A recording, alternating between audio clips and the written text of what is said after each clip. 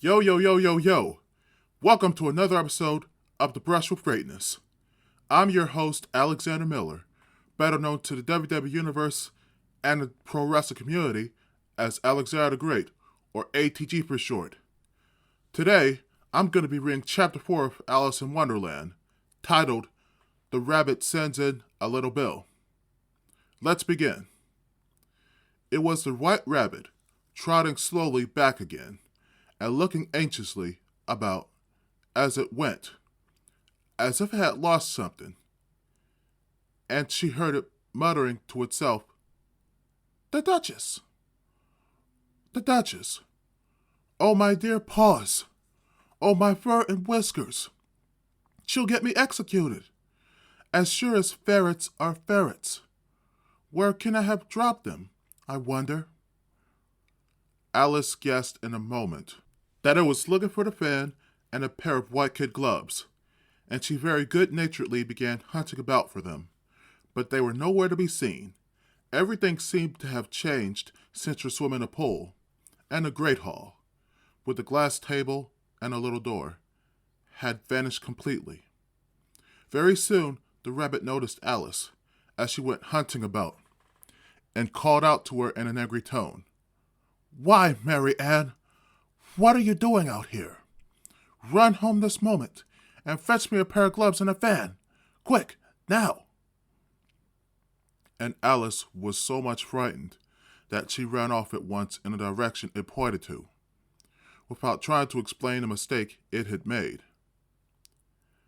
"He took me for his housemaid," she said to herself as she ran. "How surprised he'll be when he finds out who I am. But I'd better take him his fan and gloves. That is, if I could find them." As she said this, she came upon a neat little house, on the door of which was a bright brass plate with the name W. Rabbit engraved upon it.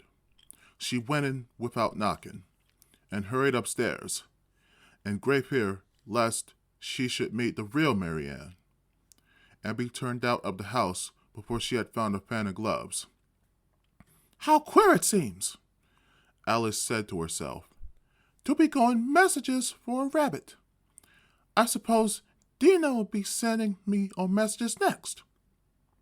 And she began fancying the sort of thing that would happen. "Miss Alice, come here directly and get ready for your walk." "Coming in a minute, nurse, but I've got to see that the mouse doesn't get out."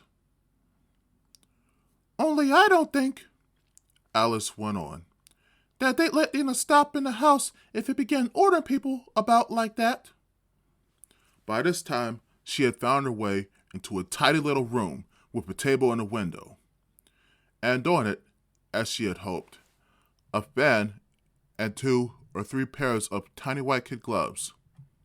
She took up the fan and a pair of the gloves, and was just going to leave the room, when her eye fell upon a little bottle that stood near the looking glass. There was no label this time with the words, "Drink me," but nevertheless she uncorked it and put it to her lips. "I know something interesting is sure to happen," she said to herself, "whenever I eat or drink anything, so I'll just see what this bottle does. I do hope it'll make me grow large again, for really I'm quite tired of being such a tiny little thing." It did so indeed, and much sooner than she had expected. Before she had drunk half the bottle, she found her head pressing against the ceiling, and had to stoop to save her neck from being broken. She hastily put down the bottle, saying to herself, "That's quite enough. I hope I shan't grow any more. As it is, I can't get out at the door. I do wish I hadn't drunk quite so much." Alas, it was too late to wish that. She went on growing and growing, and very soon had to kneel down on the floor.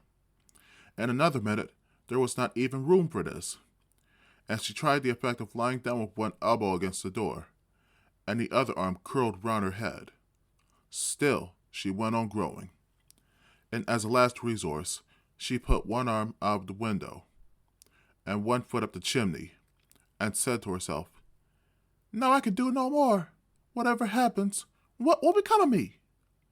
Luckily for Alice, the little magic bottle had now had its full effect, and she grew no larger. Still, it was very uncomfortable, and as there seemed to be no sort of chance of her ever getting out of the room again, no wonder she felt unhappy. It was much pleasanter at home, thought poor Alice, when one wasn't always growing larger and smaller, and being ordered about by mice and rabbits. I almost wish I hadn't gone down that rabbit hole. And yet, it's rather curious. You know the sort of life. I do wonder what can have happened to me. When I used to read fairy tales, I fancied that kind of thing never happened. And now here I am in the middle of one. There ought to be a book written about me. That there ought. And when I grow up, I'll write one. But I'm grown up now, she added in a sorrowful tone. At least there is no room to grow up any more here. But then, thought Alice, shall I never get any older than I am now? That'll be a comfort. One way, never to be an old woman. But then, always to have lessons to learn. Oh, I shouldn't like that. Oh, you foolish Alice, she answered herself. How can you learn lessons in here? Why, there's hardly room for you, and no room at all for any lesson books. And so she went on, taking first one side and then the other, and making quite a conversation of it all together. But after a few minutes, she heard a voice outside, and stopped to listen. "Marianne! Marianne!" said the voice. "Fetch me my gloves this moment." Then came a little pattering of feet on the stairs. Alice knew it was the rabbit coming to look for her, and she trembled till she shook the house, quite forgetting that she was now about 1,000 times as large as the rabbit, and had no reason to be afraid of it. Presently, the rabbit came up to the door, and tried to open it. But as the door opened inwards, and Alice's elbow was pressed hard against it, that attempt proved a failure. Alice heard it say to itself, "Then I'll go round and get in at the window." "That you won't," thought Alice. And after waiting till she fancied she heard the rabbit just under the window, she suddenly spread out her hand and made a snatch in the air. She did not get hold of anything, but she just heard a little shriek and a fall, and a crash of broken glass, from which she concluded that it was just possible it had fallen into a cucumber frame, or something of the sort. Next came an angry voice. The rabbit's. "Pat! Pat! Where are you?" And then a voice she had never heard before. "Sure then, I'm here. Digging for apples, Your Honor." "Digging for apples indeed," said the rabbit angrily. "Here, come and help me out of this." Sounds of more broken glass. "Now tell me, Pat, what's that in the window?" "Sure, it's an arm, Your Honor." He pronounced it arum. "An arm, you goose? Whoever saw one that size? Why, it fills the whole window." "Sure it does, Your Honor, but it's an arm for all that." "Well, it's got no business there. At any rate, go and take it away." There was a long silence after this, and Alice could only hear whispers now and then, such as, "Sure, I don't like it, Your Honor. At all. Do as I tell you, you coward." And at last she spread out her hand again, and made another snatch in the air. This time there were 2 little shrieks, and more sounds of broken glass. "What a number of cucumber frames there must be," thought Alice. "I wonder what they'll do next. As for pulling me out of the window, I only wish they could. I'm sure I don't want to stay in there any longer."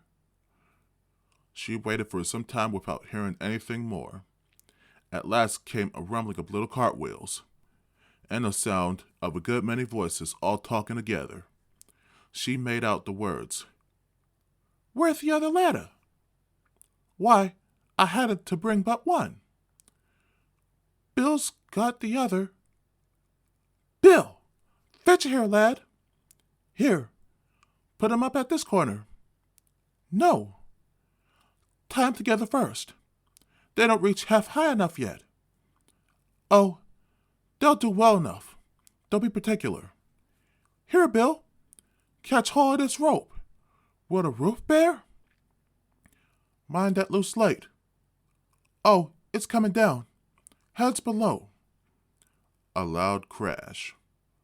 Now who did that? It was Bill, I fancy. Who's to go down the chimney? Nay, I shan't. You do it. That I won't then. Bill's to go down. Here, Bill. The master says you're to go down the chimney. Oh, so Bill's got to come down the chimney, has he? Said Alice to herself. Shy, they seem to put everything upon Bill. I wouldn't be in Bill's place for a good deal. This fireplace is narrow, to be sure, but I think I can kick a little. She drew her foot as far down the chimney as she could, and waited till she heard a little animal, she couldn't guess of what sort it was, scratching and scrambling about in the chimney close above her. Then saying to herself, "This is Bill." She gave one sharp kick, and waited to see what would happen next.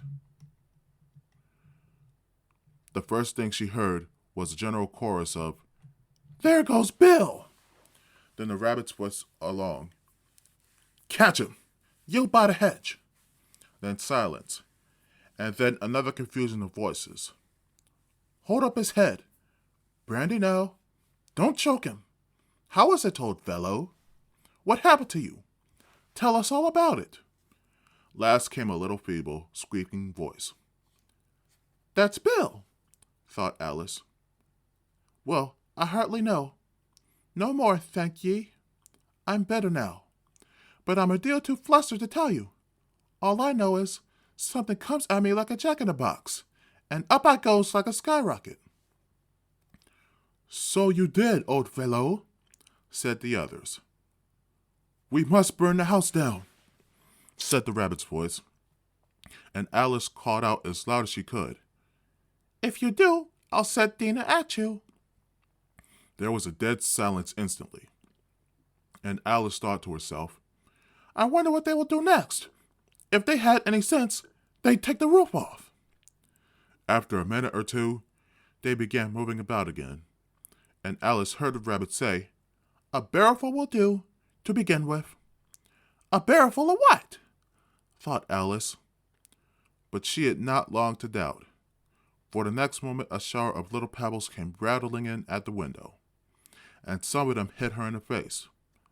"I'll put a stop to this," she said to herself, and shouted out, "You'd better not do that again," which produced another dead silence.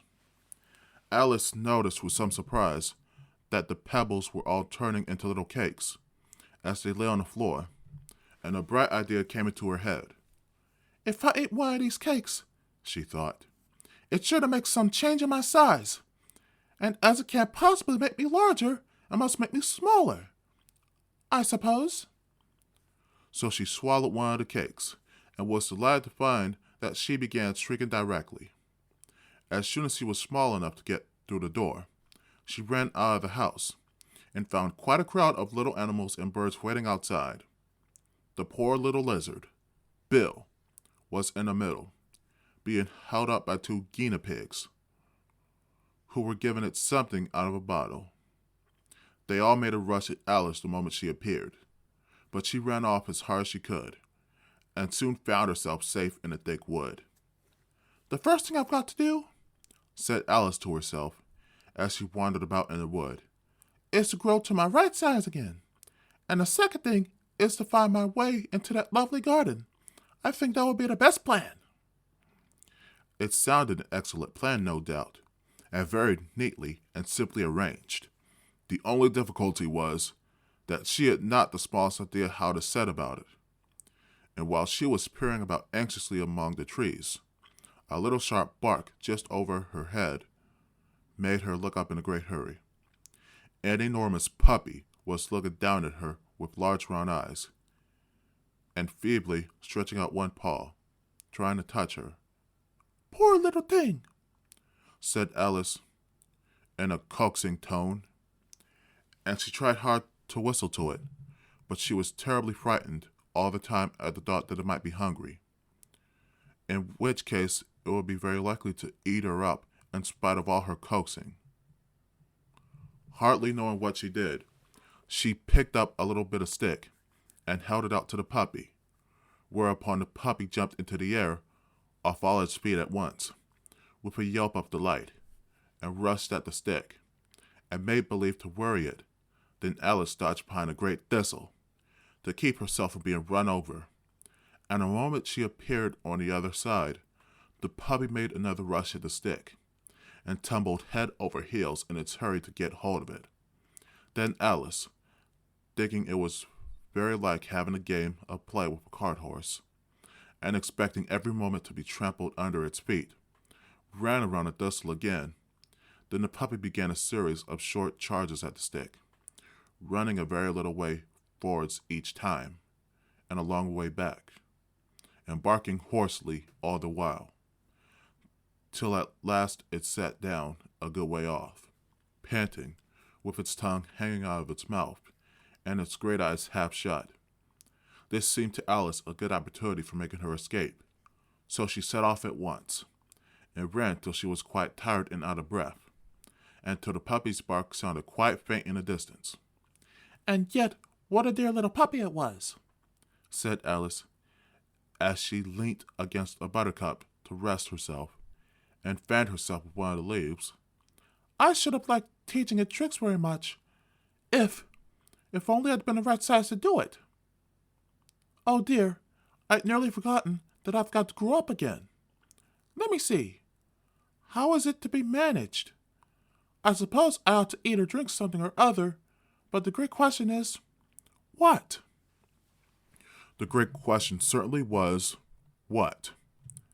Alice looked all round her at the flowers and the blades of grass, but she did not see anything that looked like the right thing to eat or drink under the circumstances.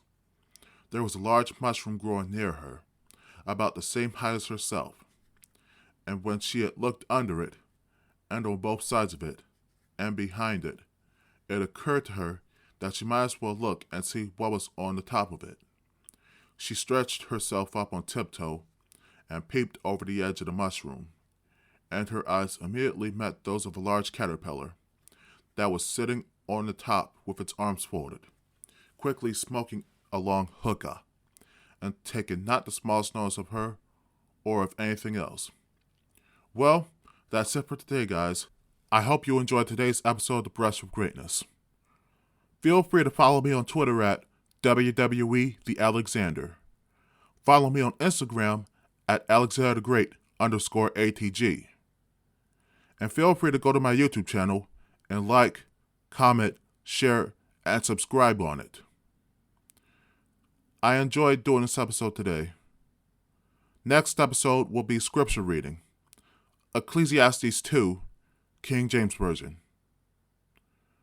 Once again, I hope everybody enjoyed the episode of The Brush with Greatness today, and I hope to see y'all next time. Peace. Alexander out.